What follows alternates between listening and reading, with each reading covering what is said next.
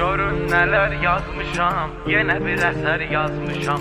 Bu xalqın taleyindən, dərdindən, gileyindən edim sizlərə söhbət, belə olubdu bu dəhşət. 88-ci il aranı qatdılar qəfil, köhnə ədavət ilə, Rusun siyasəti ilə.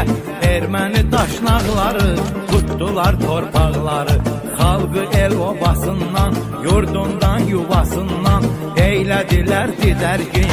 Hamı əhvalı gərgin, ayrıldı vətənindən, çölündən, səmənindən. Çoxsu aralı qaldı, ürək yaralı qaldı, gözlənilməz hal oldu, Qarabağ işğal oldu. Gəldi 90-cı il, soyuq qarlı bir fəsil, Qarbaçovun fitvası, SSR imperiyası, Rus hərbi maşınları, o Sovet qoşu